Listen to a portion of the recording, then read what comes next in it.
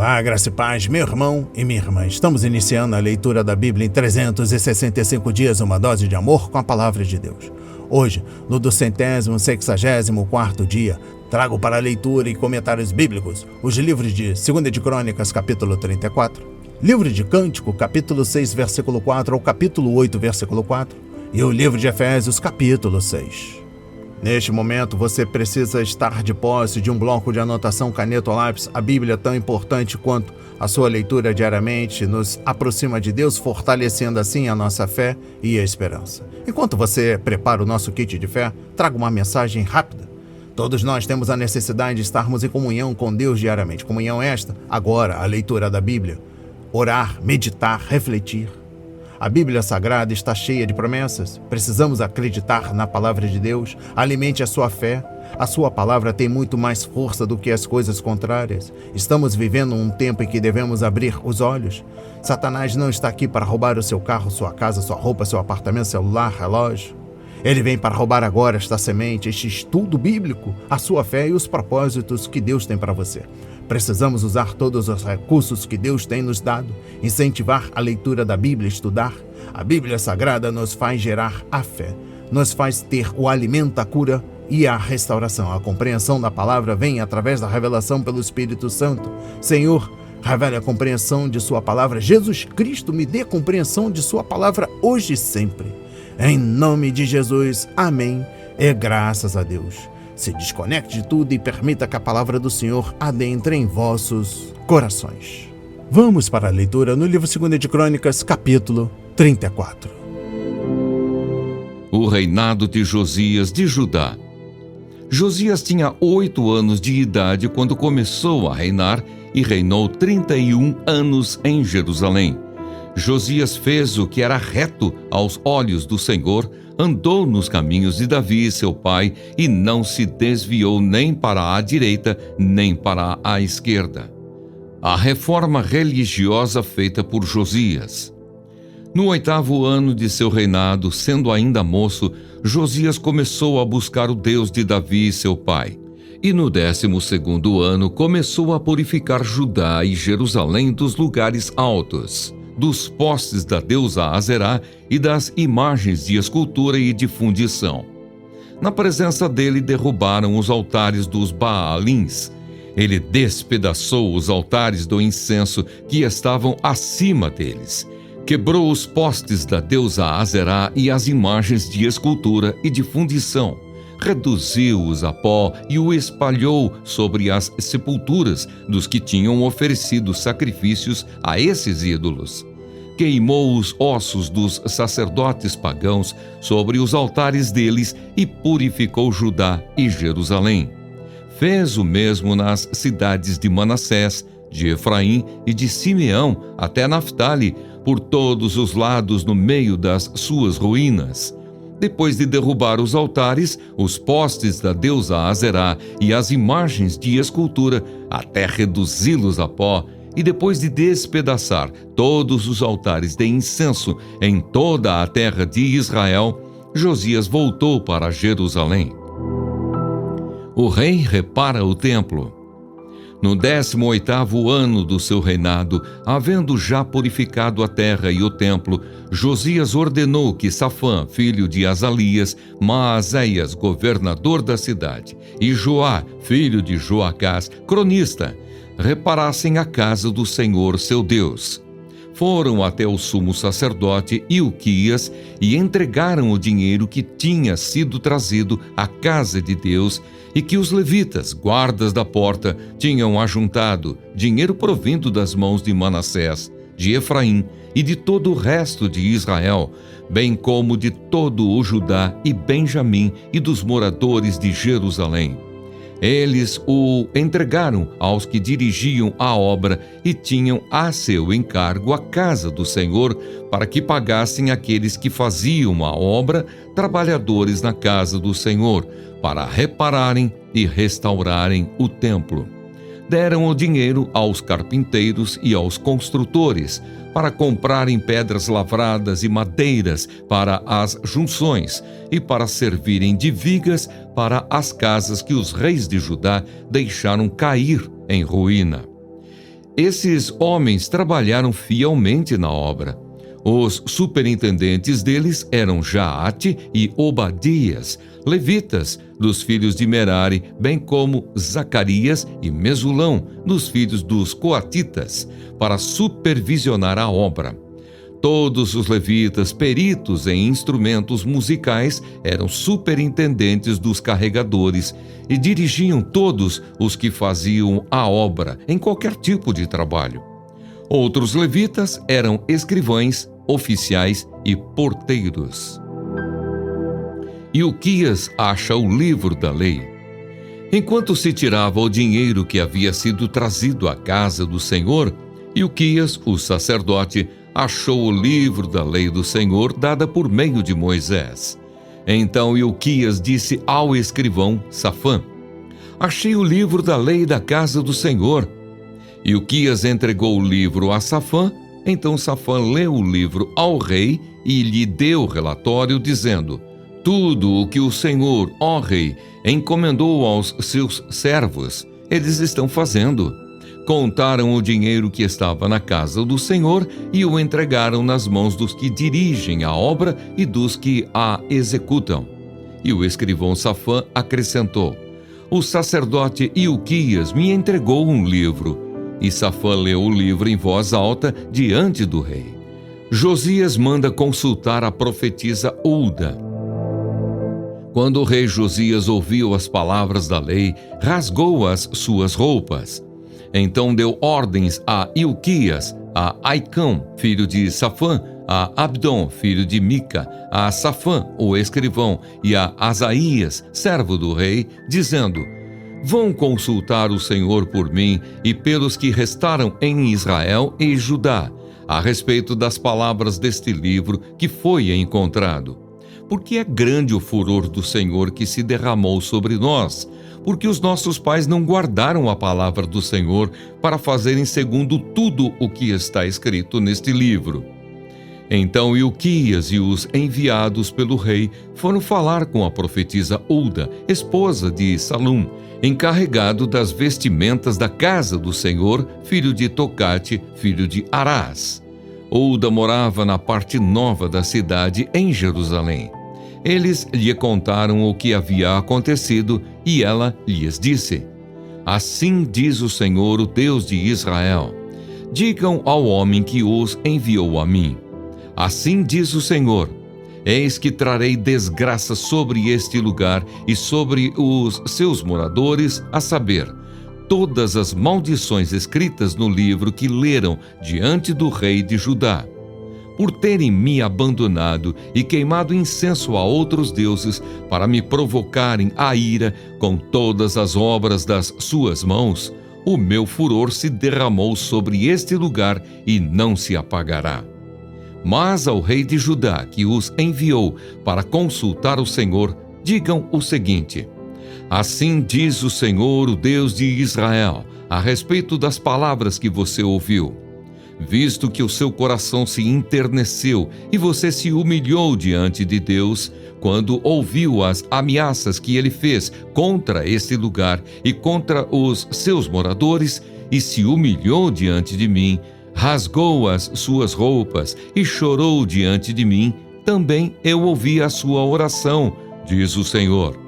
Deixarei que você morra e seja sepultado em paz, e os seus olhos não verão todo o mal que trarei sobre este lugar e sobre os seus moradores. Então eles levaram esta resposta ao rei. Josias renova a aliança. Então o rei deu ordem, e todos os anciãos de Judá e de Jerusalém se ajuntaram.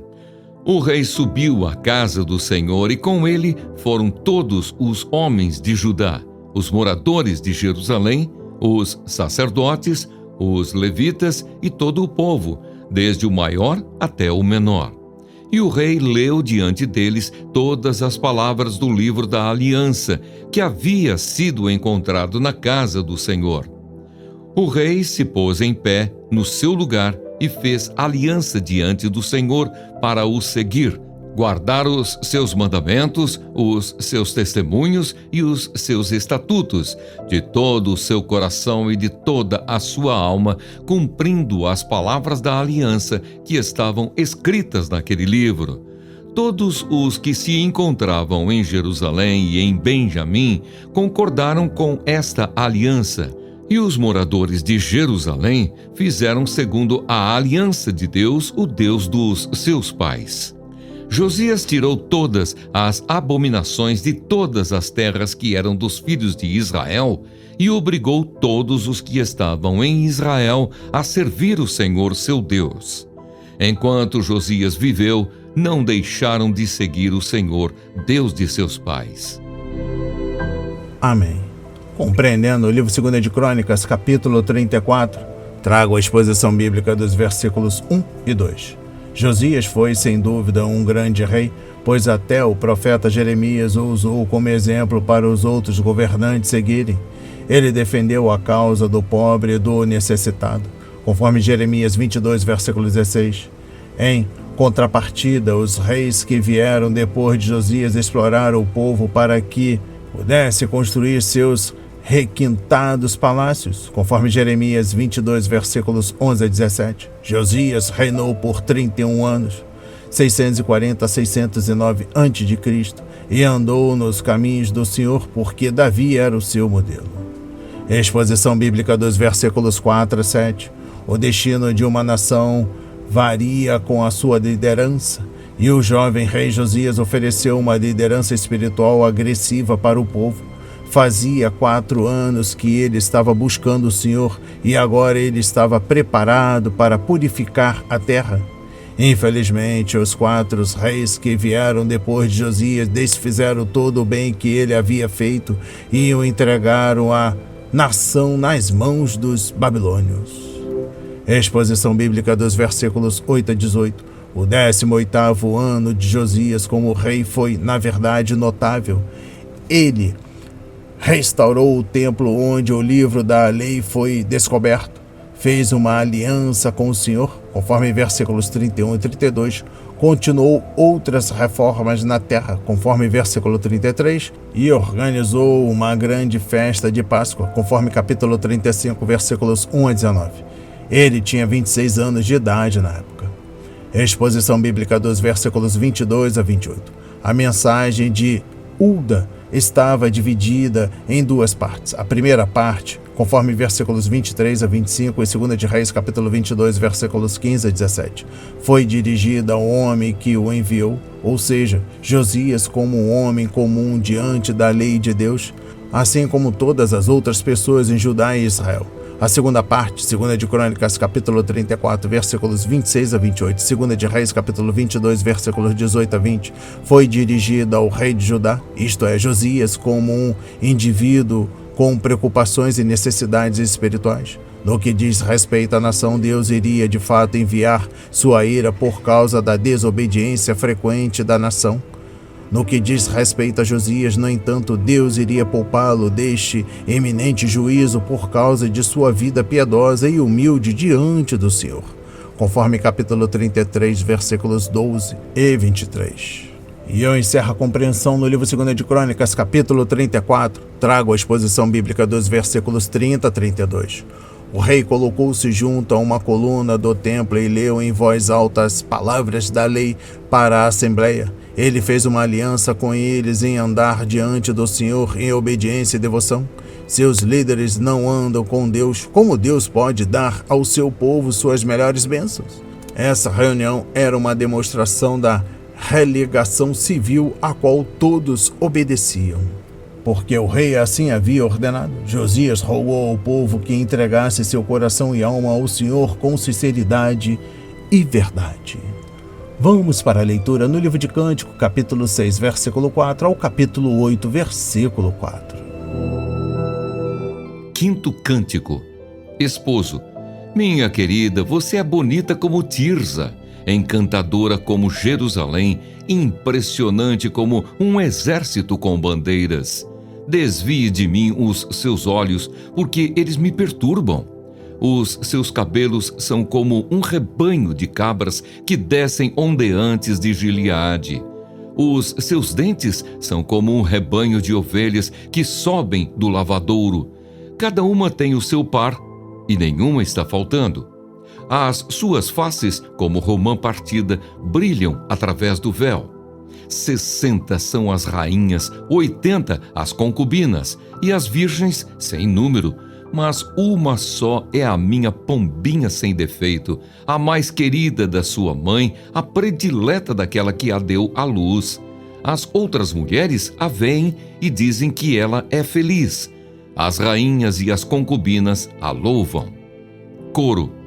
Quem é esta que aparece como a alva do dia, bonita como a lua, pura como o sol, impressionante como um exército com bandeiras?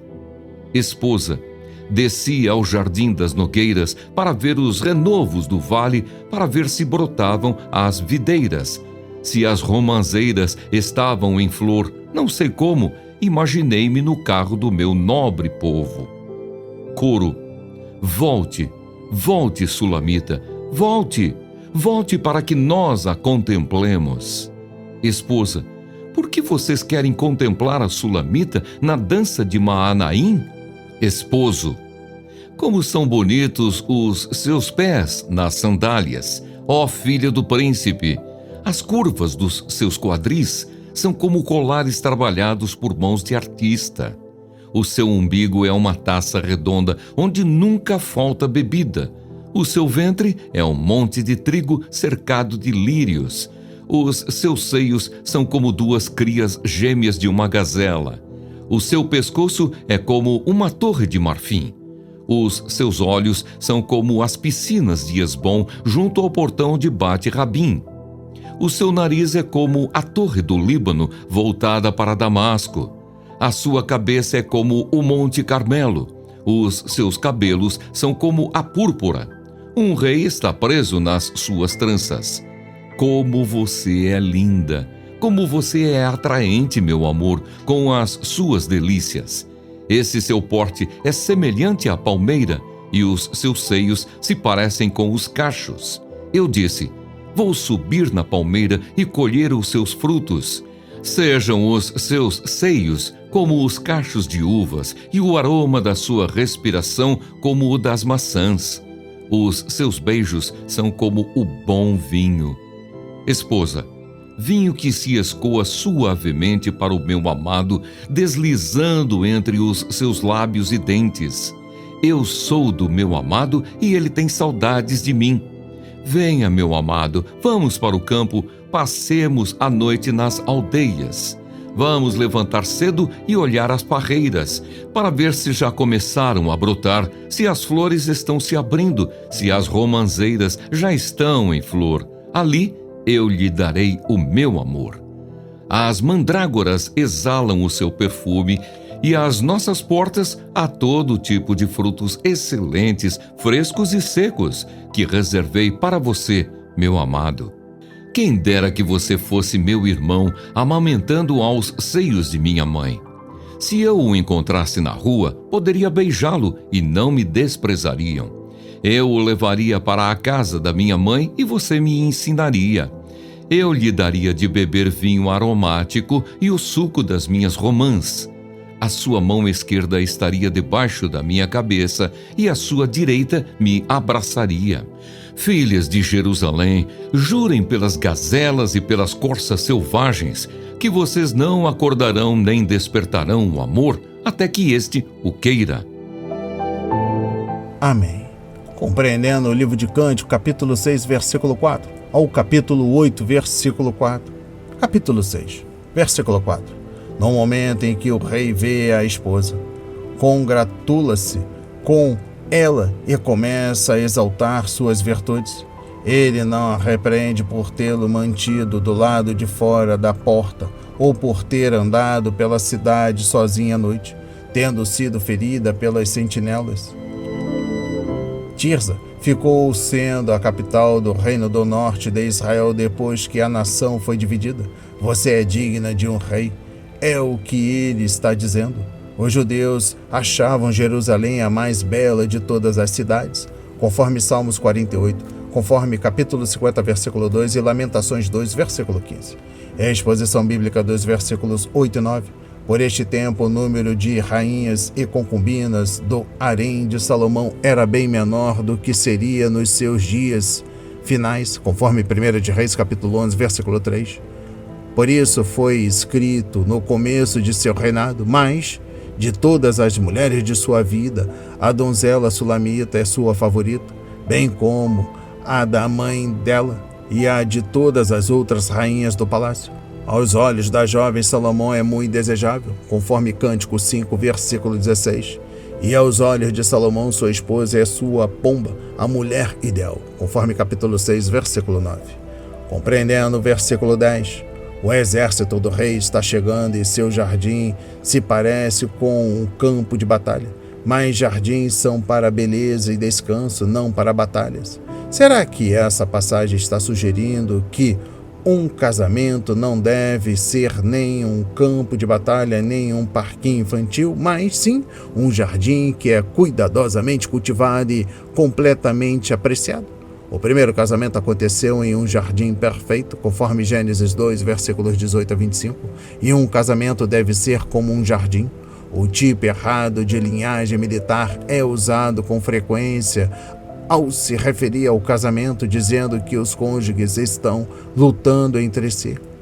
Em contrapartida, Cântico dos Cânticos vê a esposa e o marido como dois exércitos marchando juntos, um andando e outro defendendo o outro, conforme Cântico 6, versículos 4 e versículo 10. Em vez de lutarem entre si, eles atacam juntos os inimigos que possam ameaçar seu casamento.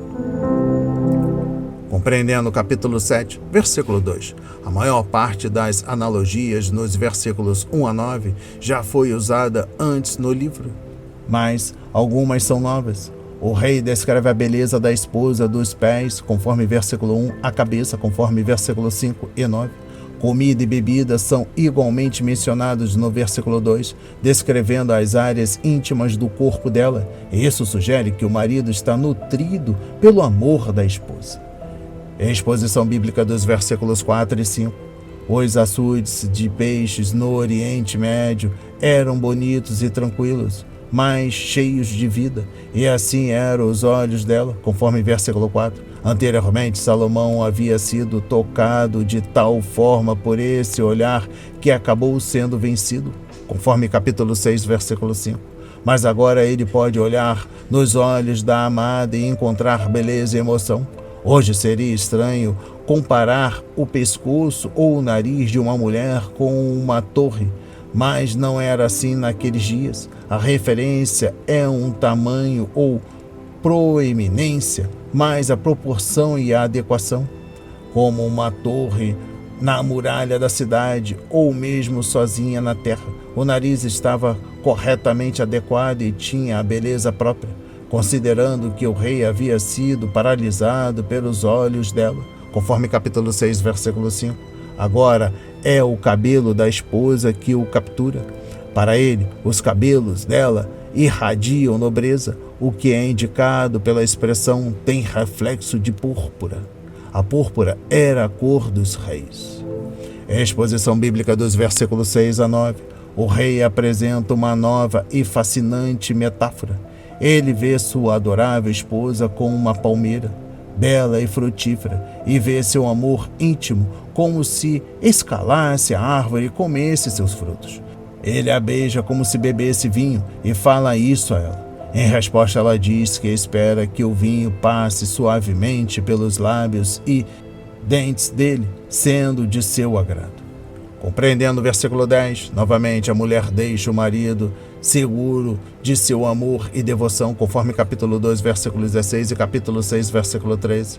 A atração sexual no casamento deve ser uma experiência mútua e o marido e a esposa devem se empenhar a fim de se tornarem desejáveis um ao outro. Exposição bíblica dos versículos 11 e 12. A noiva quer fazer um passeio no campo, algo que Salomão quis antes, mas ela recusou, conforme capítulo 2, versículos 8 a 17. Algumas vezes, visitar outros lugares traz frescor ao relacionamento matrimonial e ela promete lhe dar seu amor, conforme capítulo 7, versículo 12. Marido e mulher possuem obrigações conjugais um para com o outro, conforme 1 Coríntios capítulo 7, versículos 1 a 7. Mas não deve olhar para o amor matrimonial como uma responsabilidade imposta. Isso é também um presente que eles podem compartilhar entre si, como se estivessem partilhando de um banquete e das alegrias de visitar o jardim. Compreendendo o versículo 13, há tempos as mandrágoras têm sido associadas com paixão sexual, conforme Gênesis 30, versículo 14, apesar de não haver evidência que sirvam como afrodisíacos. A jovem aprecia tanto o fruto que é novo para ela, frutos frescos, como o fruto que lhe é conhecido, frutos secos, sugerindo que eles são corajosos o bastante para tentar algo novo e sábios o suficiente para não abandonar o que sabem que realmente funciona. Compreendendo o capítulo 8, e eu encerro a compreensão do livro de Cânticos, capítulo 8, com a exposição bíblica dos versículos 1 a 4. Ao terminar seu monólogo, a jovem expressa pesar, pois não pode demonstrar seu amor pelo marido espontaneamente, como uma irmã faria com o irmão. Para a sociedade daquela época, uma esposa beijar o marido em público era considerado grosseiro, então eles teriam de esperar até estarem a sós. Ela queria ser uma grande irmã para ele e beijá-lo e levá-lo para a casa da mãe, a fim de aprender com ela como tratá-lo. Vamos para a leitura no livro de Efésios, capítulo 6. O lar cristão, filhos e pais. Filhos, obedeçam a seus pais no Senhor, pois isto é justo. Honre o seu pai e a sua mãe, que é o primeiro mandamento com promessa, para que tudo corra bem com você e você tenha uma longa vida sobre a terra. E vocês, pais, não provoquem os seus filhos à ira, mas tratem de criá-los na disciplina e na admoestação do Senhor. O lar cristão, servos e senhores.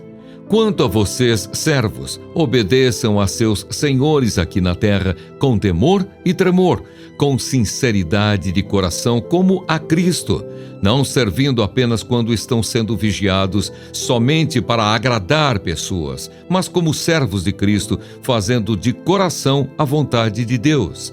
Sirvam de boa vontade, como se estivessem trabalhando para o Senhor e não para pessoas, sabendo que cada um, se fizer alguma coisa boa, receberá isso outra vez do Senhor, seja servo, seja livre. E vocês, senhores, façam o mesmo com os servos, deixando as ameaças, sabendo que o Senhor, tanto deles como de vocês, está nos céus, e que Ele não trata as pessoas com parcialidade. A armadura de Deus. Quanto ao mais, sejam fortalecidos no Senhor e na força do seu poder. Vistam-se com toda a armadura de Deus, para poderem ficar firmes contra as ciladas do diabo.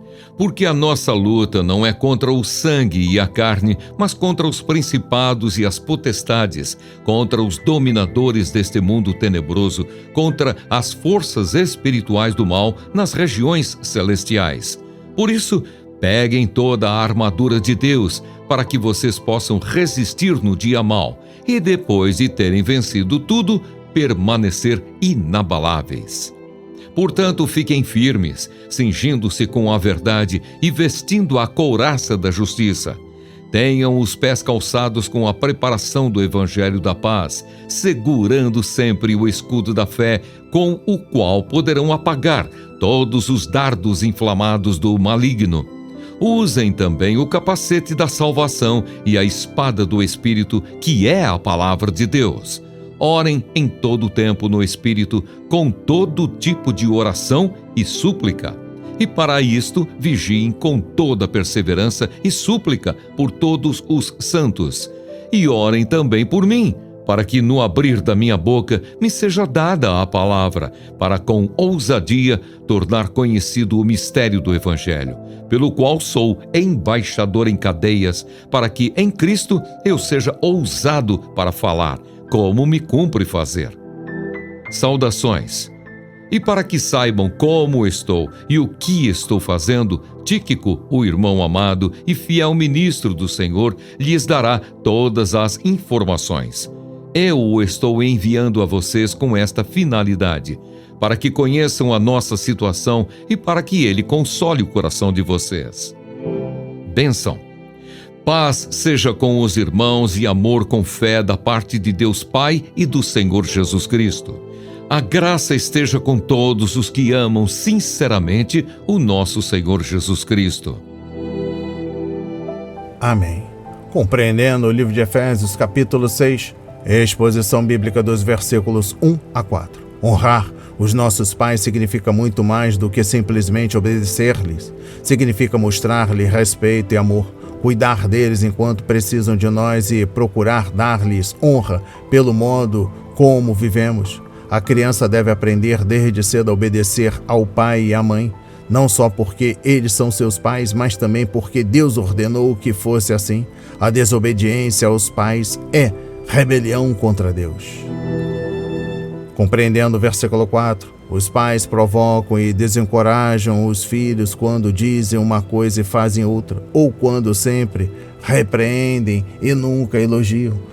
O mesmo acontece quando são incoerentes e injustos na disciplina ou quando mostram favoritismo em casa, toda vez que fazem promessas e não as cumprem e quando ignoram problemas que, para os filhos, são muito importantes. Os pais cristãos precisam da plenitude do Espírito para que possam ser sensíveis às necessidades e problemas de seus filhos. Exposição bíblica dos versículos 5 a 8. A palavra escravo, sem dúvida, refere-se aos servos cristãos, mas podemos com certeza aplicar essas palavras ao trabalhador crente dos dias de hoje. Fazer um bom trabalho é a vontade de Deus. O cristianismo não deve fazer diferença entre o sagrado e o secular. O cristão pode fazer qualquer boa obra como um ministério de Cristo, para a glória de Deus. Por esse motivo, o trabalhador deve fazer seu trabalho de boa vontade, uma vez que ele está servindo a Cristo e fazendo a vontade de Deus. Compreendendo o versículo 9, os servos devem ser obedientes como seriam a Cristo, conforme versículo 5. E os senhores devem tratá-los como gostaria o Senhor dos servos e deles que está no céu. Toda pessoa, quando submissa ao Senhor, não tem dificuldade para submeter aos que são superiores a ela. Exposição bíblica dos versículos 10 a 12. Admoestações que Paulo faz aqui indicam que Satanás é um inimigo forte e que precisamos do poder de Deus para ser capazes de resistir a ele. Nunca subestime o poder do diabo. Ele não é comparado a um leão e a um dragão só de brincadeira. O livro de Jó diz o que o poder de Satanás pode fazer com o corpo, os bens, a família e os amigos de um homem. Jesus chamou Satanás de ladrão que vem para roubar, matar, destruir. Conforme João 10, versículo 10. Satanás não só é forte, mas também inteligente e sutil. E nós lutamos contra as ciladas do diabo. Exposição bíblica dos versículos 3 a 17. Em certo sentido, toda a armadura de Deus é uma imagem de Jesus. Cristo é a verdade, conforme João 14, versículo 6, e Ele é nossa justiça, conforme 2 Coríntios, capítulo 5, versículo 21. E nossa paz, Efésios 2, versículo 14, sua fidelidade torna possível nossa fé, conforme Gálatas 2, versículo 20. Ele é a nossa salvação, conforme Lucas 2, versículo 30, e é a palavra de Deus, conforme João 1, versículo 1 e versículo 14. Isso significa que, quando confiamos em Cristo, recebemos a armadura. Paulo disse aos romanos o que fazer com a armadura, conforme Romanos 13, versículos 11 a 14. Eles deveriam despertar, conforme Romanos 13, versículo 11, deixar de lado as obras das trevas e revestir-se da armadura da luz, conforme Romanos 13, versículo 12. Fazemos isso quando nos revestimos do Senhor Jesus Cristo, aleluia!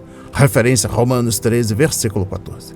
Compreendendo o versículo 17, a espada física perfura o corpo, mas a palavra de Deus penetra o coração. O Espírito escreveu a palavra e o Espírito a maneja quando a aceitamos pela fé e a usamos. A arma física é usada para ferir e matar, enquanto a espada do Espírito golpeia para curar e dar vida. Mas, quando usamos essa espada contra Satanás, estamos determinados a dar-lhe um golpe que irá mutilá-lo e impedi-lo de atrapalhar a obra de Deus. Exposição bíblica dos versículos 18 a 20. A oração é a energia que permite ao soldado cristão usar a armadura e empunhar a espada. Não podemos lutar na batalha com a própria força, por mais fortes ou talentosos que imaginemos ser. E eu encerro a leitura da Bíblia em 365 dias e também da compreensão do livro de Efésios, capítulo 6, trago a exposição bíblica dos versículos 21 a 24. Não estamos lutando na batalha sozinhos. Existem outros cristãos que estão ao nosso lado na luta e devemos ter o cuidado de incentivar uns aos outros. Paulo incentivou os efésios, Tíquico foi um incentivo para Paulo e Paulo enviaria Tíquico aos efésios para ser um incentivo para eles. As palavras de hoje foram semeadas para as nossas vidas, para a honra e a glória do Senhor. Receba este alimento diário, não hesite, compartilhe. Deus está interessado na minha e na sua dor. Que Deus nos abençoe.